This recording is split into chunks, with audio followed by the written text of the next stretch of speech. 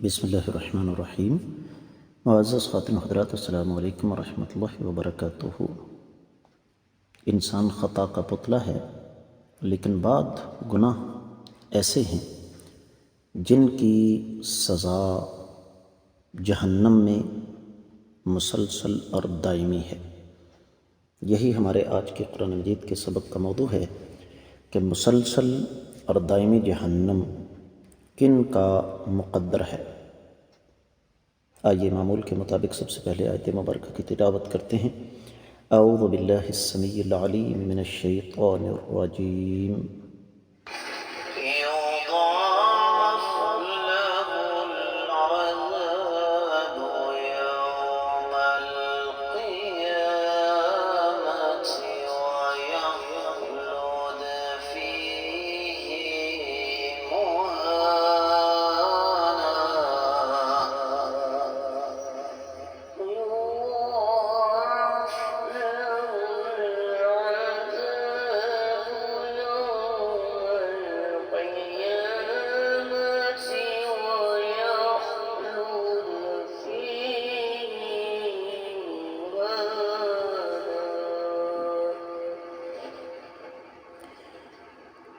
معزز خاتون حضرات، اللہ ملک العلام رب الجلال والاکرام کی پاکیزہ کتاب قرآن مجید 19واں پارہ سورۃ الفرقان آیت مبارکہ ہے 69۔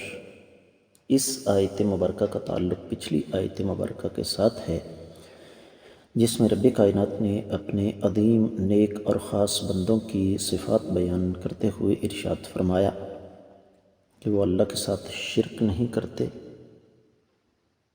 اور نہ ہی کسی انسان کو یا نہ ہی کسی ذی روح کو ناحق قتل کرتے ہیں اور نہ ہی بدکاری کرتے ہیں۔ پھر فرمایا جو یہ 3 کام کرے اس کا انجام خوفناک ہے۔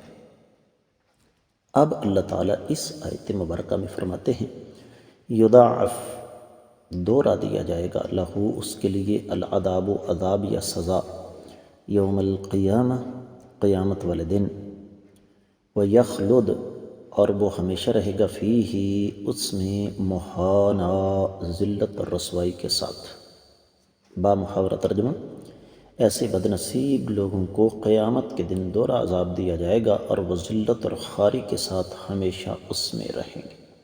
امام ابن کثیر رحمۃ اللہ علیہ نے اس آیت مبارکہ کے حوالے سے صرف 5 لفظ بیان فرمائے۔ پہلے فرمایا یضاعف لہ العذاب یوم القیامہ، اس کا معنی یہ ہے یکرر علیہ ویغلظ، کہ عذاب اس کو بار بار دیا جائے گا اور بڑی شدت کی جائے گی۔ ویخلد فیہ مہانا، اس کا معنی ہے حقیرا ذلیلا۔ تفسیر ابن کثیر میں جو کچھ بیان ہوا وہ اتنا ہی کہ ایسا بدنصیب انسان بار بار سزا کے مرحلے سے گزرے گا اور ذلیل ہو کر، حقیر بن کر ہمیشہ ہمیشہ اس میں رہے گا۔ دیگر کتب تفسیر کا جائزہ لیا جائے تو اہل علم نے اس آیت مبارکہ کی تفسیر بیان کرتے ہوئے ارشاد فرمایا کہ مشرک جس نے اللہ تعالیٰ کے ساتھ شرک کیا، اس کو ایک تو ہے نا کہ صرف اور صرف سزا ملے، نہیں، سزا کے ساتھ ساتھ ذلت اور رسوائی بھی اس کا مقدر ہے۔ امام سعدی نے تفسیر الکریم الرحمن میں فرمایا ہے کہ رب کائنات نے جن بدبختوں کے ساتھ یہ وعدہ کیا کہ وہ جہنم کے اندر ہمیشہ ہمیشہ رہیں گے، ان میں سر فہرست شرک ہے، مشرک ہے، کیونکہ شرک اکبر الکبائر ہے۔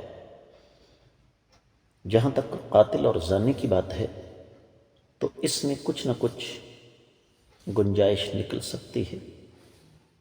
تفسیر الالوسی میں ایک اور بات لکھی ہوئی ہے،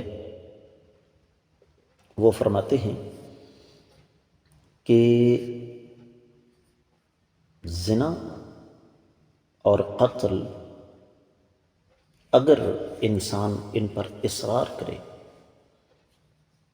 یا ان دونوں گناہوں پر مداومت کرے تو پھر یہ بھی دائمی اور ابدی طور پر جہنم رکھنے والے گناہ ہیں۔ لیکن جس چیز پر سب کا اتفاق ہے وہ یہ کہ دائمی اور ابدی جہنم یہ اس بدبخت انسان کا مقدر ہے جس نے اللہ تعالیٰ کے ساتھ شرک کیا۔ قرآن کہتا ہے ان اللہ لا یغفر ان یشرک بہ ویغفر ما دون ذلک لمن یشاء۔ اللہ تعالیٰ اس بات کو کبھی بھی معاف نہیں کریں گے کہ اللہ تعالیٰ کے ساتھ شرک کیا جائے، باقی جتنے بھی گناہ ہوں گے رب کائنات اگر چاہیں گے تو معاف فرما دیں گے۔ یہی وجہ ہے کہ مفسرین کرام کا زنا اور قتل کے بارے میں تو اختلاف ہے کہ ان دونوں گناہوں کا مرتکب دائمی جہنمی ہے یا کہ نہیں، لیکن شرک کرنے والے کے بارے میں کسی قسم کا کوئی بھی اختلاف اہل علم کے درمیان کبھی بھی نہیں رہا۔ اور اس حوالے سے اہل علم نے اور بھی بہت ساری باتیں ہمارے سامنے رکھی ہیں۔ مثال کے طور پر بعض اہل علم یہ کہتے ہیں کہ جو شخص قتل اور زنا کی توبہ کیے بغیر دنیا سے چلا گیا تو وہ بھی اس آیت مبارکہ کی زد میں آتا ہے، اس لیے کہ ایک انسان کا قتل ساری انسانیت کا قتل ہے، اور پھر بدکاری زنا یہ بھی دراصل نسل انسانی کو خطرے میں ڈالنے والی چیز ہے۔ اور اس حوالے سے یہاں ایک اور بات بھی اہل علم نے ذکر کی ہے کہ اگر کوئی شخص موت سے قبل شرک سے توبہ کر لے تو اللہ تعالیٰ اس کی توبہ کو قبول فرما لیں گے۔ سورہ انفال پیچھے ہم نے پڑھی ہے، 38ویں آیت مبارکہ ہے، قُل لِّلَّذِينَ كَفَرُوا إِن يَنْتَهُوا يُغْفَرْ لَهُم مَّا قَدْ سَلَفَ۔ آپ کافروں سے کہہ دیں کہ اگر وہ باز آ جائیں تو پھر جو کچھ وہ پیچھے کر چکے ہیں اس کی انہیں معافی ہے، اللہ تعالیٰ معاف کرنے والے ہیں۔ اور یہاں پر اہل علم نے پھر ایک اور بات کی ہے کہ گناہ اور نیکی میں فرق دیکھیں، من جاء بالحسنۃ فلہ عشر امثالھا ومن جاء بالسیئۃ فلا یجزی الا مثلھا وہم لا یظلمون۔ جو ایک نیکی کرے گا اس کا کم از کم 10 گنا اجر اسے ملے گا، اور جس نے گناہ کیا تو وہ صرف ایک گناہ اس کے کھاتے میں لکھا جائے گا۔ یہاں پر اعتراض آتا ہے کہ قرآن نے پھر یہ دور عذاب کا تذکرہ یہاں کس لیے کیا؟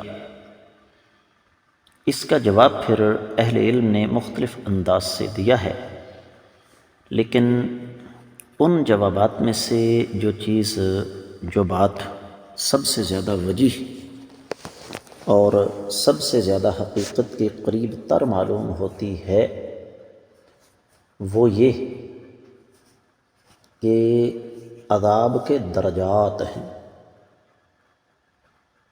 یعنی جہنمی کو، مشرک کو، شرک کرنے والے شخص کو کیا کیا جائے گا کہ ایک درجے سے نکال کر پھر دوسرے درجے میں لے جایا جائے گا، پھر تیسرے درجے میں لے جایا جائے گا۔ معزز خاتم حضرات، یہاں پھر اہل علم نے خاص طور پر امام نافع، امام ابن عامر، امام حمزہ اور امام قصائی کی جو قرات ہے وہ کچھ اور ہے، ایک لغوی بحث بھی اہل علم نے کی ہے، تفسیر البحر المحیط میں اس کی تفصیل موجود ہے، لیکن وہ میں یہاں نہیں کرنا چاہتا۔ پھر اسی طریقے سے صرف و نحو کے حوالے سے ایک بحث ہے یہاں پر بڑی تفصیل کے ساتھ، تو میں وہ بھی آپ کے سامنے اس وجہ سے نہیں رکھوں گا کہ اس کا عوام الناس کے ساتھ کسی قسم کا کوئی تعلق واسطہ نہیں ہے، لیکن جو چیز اصل میں یہاں سمجھنے والی ہے وہ ہمارے ذہن میں راسخ ہو جانی چاہیے۔ جس طرح تفسیر المراغی، تفسیر نصفی اور تفسیر روح البیان میں اس کی تفصیل بیان کی گئی ہے کہ جن 3 گناہوں کا تذکرہ کیا گیا ان تینوں گناہوں کے درجات بھی یہی ہیں۔ سب سے بڑھ کر شرک، اس کے بعد کسی کو ناحق قتل کرنا، اور اس کے بعد زنا ہے۔ تو ایسا انسان جو ان تینوں گناہوں کا مرتکب ہو رہا ہے یا تینوں میں سے کسی ایک کا مرتکب ہو رہا ہے، اسے اللہ تعالیٰ سے ڈرنا چاہیے، اس لیے کہ ایسا شخص قیامت والے دن اللہ تعالیٰ کی سخت گرفت میں ہوگا۔